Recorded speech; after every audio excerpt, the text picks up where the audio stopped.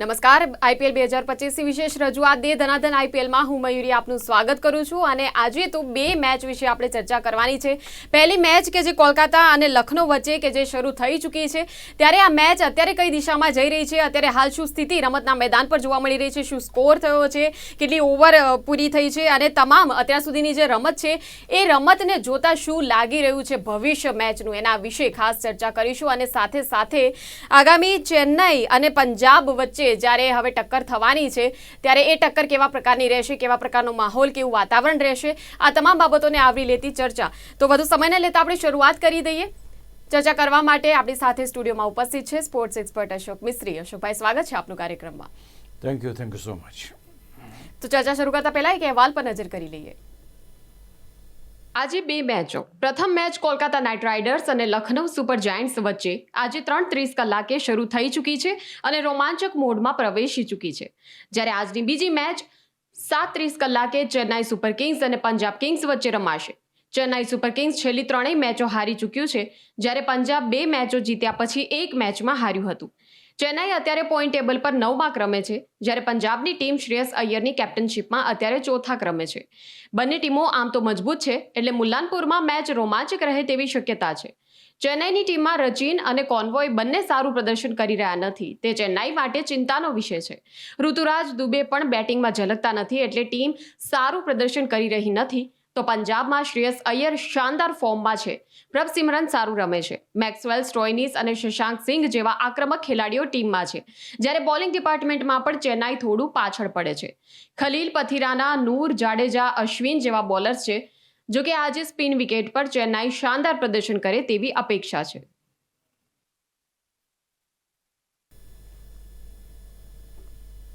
તો ચર્ચાની શરૂઆત અત્યારે જે મેચ શરૂ થઈ ગઈ છે એનાથી જ કરી કે અત્યારે મેચમાં શું સ્થિતિ છે, કેમ કે સૌથી પહેલા દર્શકોને આપણે જણાવી દઈએ કે કોલકાતા અને લખનૌ વચ્ચેની જે આ મેચ ચાલી રહી છે તે કઈ દિશામાં જઈ રહી છે અને કેવા પ્રકારે રમત રમાઈ રહી છે। અશોકભાઈ, પહેલો સવાલ એ જ છે કે હવે કોલકાતાએ ફિલ્ડિંગનો નિર્ણય લીધો છે, ટોસ જીતીને મોઇન અલીના સ્થાને સ્પેન્સર જોન્સનની ટીમમાં લેવામાં આવ્યો છે, તો કેવી રહી શકે છે આ કોલકાતા અને લખનૌ વચ્ચેની મેચ અને અત્યાર સુધીની રમત આપની દ્રષ્ટિએ કેવી રહી? જે રીતે લખનૌએ શરૂઆત કરી છે, અરાઉન્ડ 99 રન્સ થયા, ત્યાં સુધી કોઈ વિકેટ પડી નહોતી, ત્યાર પછી પહેલી વિકેટ પડી છે। 11 ઓવરમાં 106 રન, એક વિકેટે આ કાર્યક્રમની અત્યારની સ્થિતિ છે। હજુ આગળ તો મેચ ચોક્કસ રમાવાની બાકી છે। અહીંયા ખાસ એ વાત કરવી પડે કે બંને ટીમોને જીતવાની ખાસ જરૂર છે, કારણ કે બંને ટીમો રિષભ પંત એટલું સારું રમી શકતા નથી એઝ અ કેપ્ટન, એટલે એ ટીમને ઘણું બધું બેકફૂટ ઉપર જવું પડ્યું છે। પણ જે રીતે છેલ્લી મેચમાં શાનદાર પ્રદર્શન કર્યું છે, તો હું માનું છું કે લખનૌ પાસે પણ કારણ છે કે આજની મેચ એક સારી રીતે જીતે। એ જ પ્રમાણે કલકત્તાની વાત કરો તમે, તો કલકત્તાએ પણ શરૂઆતની મેચોમાં એટલું સારું પ્રદર્શન કર્યું નહોતું અને now they are back in the saddle. એમના વેંકટેશ અય્યર છે, એમના રિંકુ સિંઘ છે, આ બધા બેટર્સ જે શરૂઆતમાં નહોતા રમતા એ ત્યાર પછીની મેચોમાં સારું પ્રદર્શન કરે છે, એટલે શરૂઆત તમારી સારી, સુનિલ નારાયણ કે એ લોકો ભલે ના અપાવી શકે, પણ આ જે ખેલાડીઓ છે એક રમીને એક મોટું ટોટલ મૂકી શકે એવી સ્થિતિમાં છે। અત્યારની સ્થિતિ પ્રમાણે એમ લાગે છે કે લખનૌ જે રીતે આગળ વધી રહ્યું છે, જે રીતે એની પાસે બેટર્સ છે, ફરી એકવાર આપણે ગઈકાલે 221નો સ્કોર જોયો, આજે પણ 200નો સ્કોર જોઈએ તો નવાય નહીં। ખેર, આ પિચ ઉપર કેટલા રન થશે અને શું પરિણામ આવશે તો આપણને પરિણામ આવે ત્યારે ખબર પડશે, પણ બંને ટીમો માટે જીતવું જરૂરી છે। બંને ટીમો માટે એટલા માટે જીતવું જરૂરી છે કે પોઈન્ટ્સ ટેબલ ઉપર બંનેની સ્થિતિ બહુ અલગ પ્રકારની છે, કારણ કે લખનૌની વાત કરીએ તો 4માંથી 2 મેચો એ લોકો જીત્યા છે, 2 મેચોમાં હાર સહન કરી છે અને 4 પોઈન્ટ છે। જ્યારે KKRની વાત કરો તો KKRની પણ સ્થિતિ લગભગ એ રીતે છે, 4, 2, 2 ને 4, એટલે કે કલકત્તા આગળ છે અને ત્યાર પછી લખનૌની ટીમ છે, પણ બંનેના પોઈન્ટ સરખા છે। એનો અર્થ એ થયો કે બંને 4માંથી 2 મેચો જીત્યું છે। જ્યારે સરખી ટીમો હોય અને તે વખતે જ્યારે પોઈન્ટ્સ મેળવવાની જે હોડ છે એ જબરજસ્ત હોય, એટલા માટે જેનો સ્કોર વધારે એની જીતની ગેરંટી પાકી। એ રીતે એ પરિસ્થિતિમાં અત્યારે જે લખનૌની ટીમ રમી રહી છે અને જે રીતે સ્કોર બની રહ્યો છે, ક્યાંક ને ક્યાંક એક પ્રસ્થાપિત કરવા માગે છે કે આપણી ટીમનો સ્કોર 200ની ઉપર હોય અને ટીમ વિજય મેળવી શકે એવી શક્યતા બની શકે. સામે છેડે કલકત્તાની ટીમ છે. It's not a easy team. ગયા વખતની ચેમ્પિયન ટીમ છે એટલે એમની પાસે પણ એવા ખતરનાક ધુરંધર ખેલાડીઓ છે કે જે ચેમ્પિયન બનવાની સ્થિતિમાં ટીમને લાવી શકે છે. એટલે આજના મેચમાં એ રીતનો રોમાંચ રહેશે. બંને પાસે સારા બોલર્સ છે અને હું માનું છું કે આ મેચ આપણને એક રોમાંચક મેચ જોવા મળે. જેમ ગઈકાલે આપણને જોવા મળી કે ભાઈ 221 સામે મારે તો પેલા લોકો બી 209-10 રન મારે એટલે આટલા છગ્ગા વાગ્યા, આટલા ચોગ્ગા વાગ્યા, લોકોના પૈસા વસૂલ થયા. એ રીતની મેચ આજની પણ હોઈ શકે છે. જી બિલકુલ. આપણે બીજી મેચની હવે વાત કરીએ અશોકભાઈ, તો ચેન્નાઈ સુપર કિંગ્સ અને પંજાબ કિંગ્સ, એટલે આ કિંગ્સ વિરુદ્ધ કિંગ્સની એક મેચ છે. કેવી રહી શકે છે આ મેચ? આ બંને ટીમો આમ જોવા જઈએ તો પંજાબની ટીમની સ્થિતિ બહુ જ સારી છે અને ચેન્નાઈ સુપર કિંગ્સની સ્થિતિ બહુ જ ખરાબ છે. 9મા ક્રમે છે ચેન્નાઈ સુપર કિંગ્સની ટીમ અને પંજાબની team they are much comfortable. પંજાબની ટીમ 3-4 ક્રમે છે. એટલે એ રીતે જોવા જઈએ તો ટીમમાં સામ્ય જોવા મળતું નથી. હવેની સ્થિતિ એવી છે કે બંને ટીમોની જો વાત કરો તો કોઈ પણ રીતે ભલે અત્યારે છેલ્લા ક્રમે ટીમ હોય કે 9મા ક્રમે ટીમ હોય, હું ચેન્નાઈ સુપર કિંગ્સની ટીમને ઓછી આંટતો નથી. કારણ કે જે રીતે એના બેટર્સ છે, જે રીતે રચિન રવિન્દ્રન છે, જે રીતે કોન્વે છે અને ત્યાર પછીના ખેલાડીઓ ઋતુરાજ ગાયકવાડ, વિજય શંકર, ત્યાર પછી Jadeja, Dhoni, as a team is strong અને સારું પ્રદર્શન કરી શકે છે. અત્યારે નથી કરતા એ અલગ વાત છે અથવા નથી થતું એ અલગ વાત છે. તો ટીમ સારી છે એટલે એને સીધું હું એમ કહું કે ના એમની ટીમ નબળી છે એવું કહેવાનું કોઈ એપરન્ટ કારણ દેખાતું નથી, ખાલી પરફોર્મન્સને બાદ કરીએ તો. બીજી બાજુ પંજાબ જે રીતે આગળ વધી રહ્યું છે એ પંજાબ માત્ર એક ખેલાડીને લઈને એની આસપાસ રોટેટ થાય છે આખી ટીમ. એટલે તમારી બોલિંગ હોય, બેટિંગ હોય, ફિલ્ડિંગ હોય, બધું જ હોય. પણ એ કેપ્ટન જે છે શ્રેયસ આયર સૌથી મોંઘા કેપ્ટન તરીકે જે ટીમમાં આવ્યા છે એની આજુબાજુ આખી ટીમ રોટેટ થાય છે. એટલે અહીંયા આગળ બેટિંગની ડેપ્થ તમે જુઓ તો પણ ઓછી છે. બેટિંગ માટે જવાબદાર ખેલાડીઓ, સારી બેટિંગ કરી શકે એવા ખેલાડીઓ પણ ઓછા દેખાય છે. પણ તે છતાંય અત્યાર સુધી એની સ્થિતિ સારી છે કારણ કે 3-4 ક્રમે છે અને ચેન્નાઈ સુપર કિંગ્સ સતત મેચો હારે છે એટલે 9મા ક્રમે છે. મારી દ્રષ્ટિએ બંને ટીમોને હું સરખા માર્ક અત્યારના તબક્કે આપીશ. ભલે આટલો બધો ફેર હોય કે ચેન્નાઈ સુપર કિંગ્સ જીતી નથી અથવા તો પણ મેચ રોમાંચક થાય એવી પૂરેપૂરી સંભાવના છે. આ પર્ટિક્યુલર મેચ મુલ્લાનપુર પર રમવાની છે એ પણ એવી શાનદાર જોવા આપણને મળે. બિલકુલ. આઈપીએલની આ સિઝનમાં ચેન્નાઈની જે ટીમ છે અત્યાર સુધી માત્ર એક જ મેચ જીતી શકી છે. પોઈન્ટ ટેબલના સાવ તળિયે છે આ ટીમ અને હવે કોઈ ફેરફારની હવે શક્યતાઓ લાગી રહી છે ચેન્નાઈની અંદર. ચેન્નાઈમાં ફેરફાર કરવા જેવું કંઈ નથી. સવાલ એ છે કે તમારી પાસે ખેલાડીઓ તો છે, પરફોર્મ નથી થતું. There are 2 major reasons for that. પહેલી વસ્તુ છે કે મહેન્દ્રસિંહ ધોનીનો પ્રભાવ. આ એટલા માટે કહું છું કે જો ઋતુરાજ ગાયકવાડને કેપ્ટન તરીકે એસ્ટાબ્લિશ થવું હોય તો મહેન્દ્રસિંહ ધોનીના પ્રભાવમાંથી એને બહાર આવવું પડશે. હવે તમારી પાસે આટલો મોટો દિગ્ગજ ખેલાડી મેદાન ઉપર જ્યારે ઉતરે છે ત્યારે સ્વાભાવિક રીતે એટેન્શનનું દરેક સેન્ટર જે છે એ ધોની તરફ જાય છે.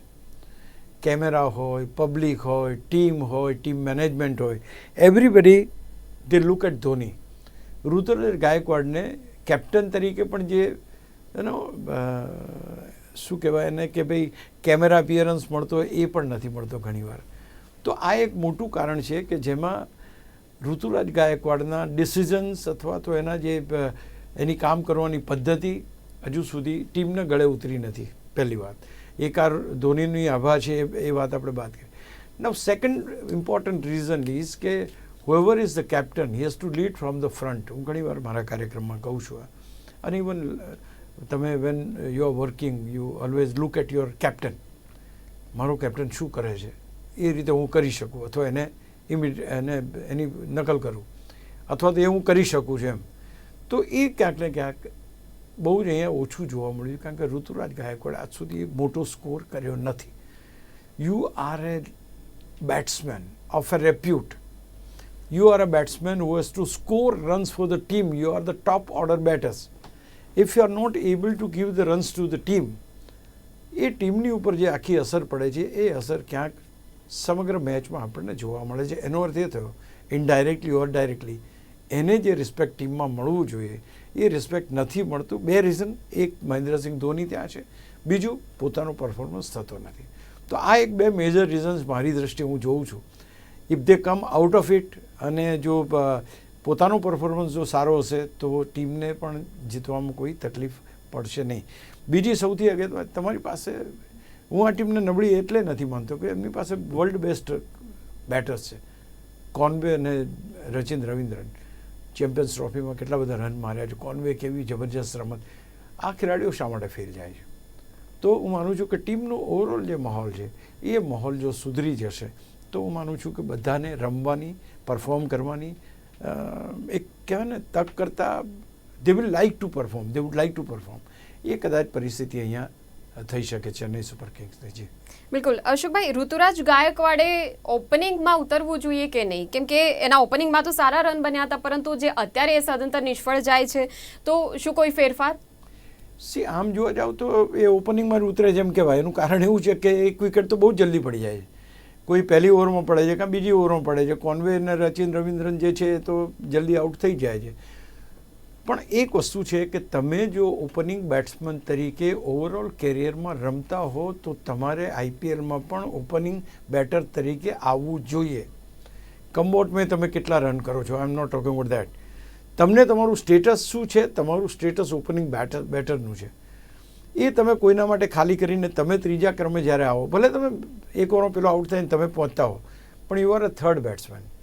તો હું માનું છું કે ઋતુરાજ ગાયકવાડ જો રન્સ, ટીમને શું છે, what does team want? Team wants a victory. Victory comes from when? કોઈ ખિસ્સામાંથી કાઢીને તો વિક્ટરી લો, આ લઈ જાઓ એમ તો આપવાનો નથી. You have to struggle for that, you have to star for that, then you have to perform for that. અને એ પરફોર્મન્સ મહત્ત્વનું છે. આજે તમે બીજા કોઈ ખેલાડી ત્રીજા ક્રમે રમે અને જો જે ખેલાડી ઓપનિંગ છે ને ઓપનિંગ સારું કરતો હતો આઈપીએલમાં, તો એને ઓપનિંગ રાખવામાં કોઈ વાંધો ના હોવો જોઈએ. તો માનું છું કે તમારી વાત બિલકુલ સાચી છે. If he is a opening batsman, he should play opening batsman. That is good. અને જ્યારે કેપ્ટન છે તો ત્યાર પછી જો તમે કેવું પરફોર્મન્સ આપે છે, અને અલ્ટિમેટલી પોતે જ કેપ્ટન છે એટલે એને ખબર પડશે કે હું ક્યાં પરફોર્મ કરી શકું છું, ક્યાં નથી કરી શકતો. તો એક એ વસ્તુ છે કે જો કોન્ફિડન્સ લેવલ તમારે કેપ્ટનનું વધારવું હોય તો you ask him to do what he wants. એટલે કે તું જો ઓપનિંગમાં જવાનો હોય તો જા, વાંધો નથી. If you are comfortable, please go. એને તમે એમ કમ્પલ્સન નહીં, યુ વિલ પ્લે નંબર 3. તો એ ક્યાંક થોડી ઘણી મને લાગે છે કે એમાં ઋતુરાજ ગાયકવાડને થોડી કમ્ફર્ટ ઝોનની બહાર નીકળવું પડે છે. અને કારણ કે ઓપનિંગ વિકેટ ઝડપથી પડી જાય છે એટલે એને એક સ્ટેડી પણ રમવું પડે છે. કેપ્ટન તરીકે બેક ઓફ ધ માઇન્ડ એમ હોય કે હું રન નહીં કરું તો ટીમ હારી જશે, એટલે રમવાનું એનું સ્લો થઈ જાય છે. એના જે નેચરલ શોટ્સ એ રમી નથી શકતો અને પાછળની ટીમ પ્રેશર લેવા માટે એટલી સક્ષમ નથી. કારણ કે તમારી પાસે દુબે છે એ એટલો ફોર્મમાં નથી. તમારા પાસે રવિન્દ્ર જાડેજા છે તો એ another big man, big shot. કે ભાઈ રવિન્દ્ર જાડેજાને કરતાં રવિન્દ્ર ઘણો બધો સિનિયર છે ઋતુરાજ ગાયકવાડ કરતાં. He is in the line of Dhoni. હવે એવા ધુરંધર ખેલાડીઓ પાસેથી તમારે કોર્ડિનેશન મેળવવું, કોઓપરેશન મેળવવું, એની સાથેથી ટીમને બોન્ડ કરવી થોડીક મુશ્કેલ મને એવું લાગે છે કે આ એક પરિસ્થિતિ જે છે એ પરિસ્થિતિનું જે નિર્માણ થયું છે એને જો એબોલિશ કરવામાં આવશે અથવા તો એને ક્લિયર કરવામાં આવશે તો એક સારું પરફોર્મન્સ દેખાઈ શકે છે. બિલકુલ. તો હવે પંજાબની ટીમ વિશે આપણે વાત કરીએ. 2 મેચોમાં જીત્યા અને પછી છેલ્લી મેચમાં હાર મળી. એટલે કેવી છે આ શ્રેયસ અય્યરની ટીમ ઓવરઓલ? કયા બેટર્સ જોરદાર લાગી રહ્યા છે? Punjab doesn't have very good history of playing in IPL. એના કોઈ બેટ્સમેનો પાસે એટલા બધા રન્સ નથી કે જેને આપણે ટાંકી શકીએ. તો they have got the tendency of એ ટીમ ચેમ્પિયન બી નથી બની ક્યારે. એટલે એટલી એમ જેને કહેવાય કે દર વખતે જીતે અથવા તો બહુ સારું પરફોર્મ કરે કે ફાઇનલ રમ્યું એવી શક્યતા ઊભી થઈ નથી. પહેલી વાત, કારણ કે તમે એક નવા ખેલાડીને લાવ્યા છો, શ્રેયસ અય્યર નામના કેપ્ટન બનાવ્યા તમે, એ એની સાથે નવા આઈડિયાઝ લાવ્યો છે અને he himself in a very good form. કોઈ પણ ટીમનો મુખ્ય ખેલાડી અથવા તો કેપ્ટન એ પોતે ફોર્મમાં જ્યારે હોય, what does he do? He stays on the wicket for a longer time. Shreyas અય્યરનો પ્લસ પોઈન્ટ એ છે કે he stays on the wicket for a longer time because he scores runs. અચ્છા, કેપ્ટન પોતે ઊભો હોય અને એની સામેના બેટ્સમેનને જ્યારે ઇન્સ્ટ્રક્શન આપવાની હોય તો એ ઓન ફેસ તરત જ ચાલતા ચાલતા જ કહી શકે કે આમ છે અથવા તો આ રીતે છે. It becomes very easy to communicate to that batter કે what is expected out of him right on the ground. તો આ એક બહુ જ મોટો પ્લસ પોઈન્ટ છે. જ્યારે તમારો કેપ્ટન ઊભો રહે, તમે જુઓ શ્રેયસ આયરની સાથે 3-4 પાર્ટનરશિપ બને છે, કારણ કે હી સ્ટેઝ અને એ બાકી બધાને 25-30 જ્યાં જ્યાં રનની જરૂર હોય, હી ટેલ્સ મેની ટાઈમ્સ કે તમને ખબર હોય તો એની જ્યારે સેન્ચુરી થવાની હતી ત્યારે એણે શશાંક સિંહને કીધું કે you don't worry about my century, you score runs. અને એણે છેલ્લી ઓવરમાં 4-5 છગ્ગા મારી દીધા ધમાધમ. બીજો કોઈ કેપ્ટન હોય તો એમ કે ભાઈ મારી સેન્ચુરીમાં 3 રન જ બાકી છે, let me finish my century, તું એક બોલ રમીને મને આપી દેજે. But he didn't do that. તો ક્યાંક એક example, when you become a exemplary, જ્યારે તમારો દાખલો લેવાય એવું કંઈ પ્રવૃત્તિ તમે કરો, you get the respect automatically from the team members. અને એટલા માટે Shreyas Iyer has been accepted as a captain because of this reason. નાની નાની બાબતો છે, but it effects the overall atmosphere of the team well. તો હું માનું છું કે એની સાથે વાઢેરા સારું રમે છે. આ ટીમની પાસે 2 બહુ મહત્ત્વના અને બહુ મોટા ખેલાડીઓ છે, સ્ટોઇનિસ અને મેક્સવેલ. એમની રમવાની પ્રતિભા અદ્ભુત છે. કાં તો સમય થઈ ગયો છે, હવે એમ લાગે છે કે Maxwell also should not be the member of the team, એવું લાગે ક્યાંક આપણને. પણ તે છતાંય જે રીતે ફિલ્ડિંગ કરે છે, જે રીતે એની ઓવરઓલ બેટિંગ સિવાયની જે એ છે એમાં બતાવે છે કે હી સ્ટીલ ધેર. તો હું માનું છું કે એ 2 બેટ્સમેનો ઉપર જ્યારે રન્સ બનશે, ધારો કે ગયા વખતે મેક્સવેલે સારા રન બનાવ્યા, સ્ટોઇનિસે સારા બનાવ્યા, શ્રેયસ આયર સારા બનાવ્યા, તો ટીમ ત્યાં સુધી જીતી છે. જ્યાં સુધી શ્રેયસ આયરે સારા રન બનાવ્યા, પોતે વિકેટ પર ઊભા રહ્યા, he has taken this people along and got the score. એટલે હું માનું છું કે લીડિંગ ફ્રોમ ધ ફ્રન્ટનું જે એ છે એ અહીંયા લાગુ પડે છે અને બાકી બધા ખેલાડીઓ પણ સારું પરફોર્મ કરે છે. અને એટલા માટે આ ટીમ પંજાબ અત્યાર સુધી કોઈ ગણતું નહોતું, હવે એ ટીમને લોકો ગણતા થયા છે કે શ્રેયસ આયરની ટીમ છે, સૌથી મોંઘો કેપ્ટન છે આ ટીમનો. એટલે બીજી વસ્તુ એ છે કે સૌથી મોંઘો કેપ્ટન છે, દર વખતે રમે પણ છે. તો જ્યારે ના રમ્યો ત્યારે ટીમ હારી ગઈ ભલે, પણ steel they are in the saddle અને બહુ સારી ટીમ તરીકે પંજાબને અત્યારે તો ગણવામાં આવે છે. બિલકુલ. અશોકભાઈ, બોલિંગ લાઇનઅપ કેવું લાગી રહ્યું છે? નૂર, અશ્વિન અને જાડેજાની ત્રિપુટી આમ કંઈ ખાસ કમાલ નથી બતાવી શકી, પણ આજે કેવું લાગી રહ્યું છે? પ્રદર્શન સારું અપેક્ષા રાખી શકાય? સી, કોઈ પણ બોલરને બોલિંગ કરવી એમ 2-3 વસ્તુ મહત્ત્વની છે. First is the surface which you are getting to play. If that surface is supporting the slow bowlers, your spinners have a better chance to get into the game. એટલે પહેલી વસ્તુ એ છે કે તમે કેવી સરફેસ ઉપર રમો છો. આ સરફેસ ઉપર સ્લો બોલર્સ જે છે એ સ્લો બોલર્સને મદદ મળે છે. ઇટ મીન્સ કે નૂર, જડેજા અને અશ્વિન, આ 3 ખેલાડીઓને વિકેટ લેવા માટે વિકેટની દ્રષ્ટિએ અથવા તો જે સોઇલ ઉપયોગ થાય છે એની દ્રષ્ટિએ that is fitting to the spin department of CSK. એટલે આ 3 ખેલાડીઓની રમત તમને જોવા મળશે. બોલિંગ ડિપાર્ટમેન્ટની બીજી આપણે વાત કરીએ તો કંબોજ છે, પથિરાના છે, ખલીલ અહેમદ છે. Pathirana is once again a very good bowler અને એને મહેન્દ્રસિંહ ધોનીએ પોતાની ટીમમાં લાવ્યા પછી when he was a captain, he made him a fast bowler of this type, this stature, કે એ આટલું જબરજસ્ત પરફોર્મન્સ કરી શકે. એટલા માટે એ પણ એક સારી બોલિંગ ધરાવે છે. ચેન્નઈ સુપર કિંગની બોલિંગમાં 3 સ્પિનરનું હોવું એ એક પ્લસ પોઈન્ટ ગણાય છે. આ 3 સ્પિનરોને જો થોડીક વિકેટ મદદ કરશે તો they can prove themselves the dangerous bowlers. એટલે ટીમ અહીંયા ચેન્નઈની ટીમ પાસે બધું જ છે. એક દોડતું નથી એક સંગાતે, એ તકલીફ છે. દેટ ડઝન્ટ હેપન કે ભાઈ રચિન રવિન્દ્રન યાર great batsman, Conway great batsman, આ બધા ખેલાડીઓ રમે અને પછી બોલર્સ એનું પ્રદર્શન કરે. તો હું માનું છું કે યસ, ગુડ બોલિંગ લાઇનઅપ છે અને they can definitely do wonders in this matches. બિલકુલ. પંજાબમાં હવે આપણે વાત કરીએ, ઘણા ખેલાડીઓ છે, અર્શદીપ સાથે જેન્સન છે, ફર્ગ્યુસન છે, યજુવેન્દ્ર ચહલ છે, જોરદાર પ્રદર્શન કરી શકે કેવું લાગી રહ્યું છે બોલિંગ લાઇનઅપ?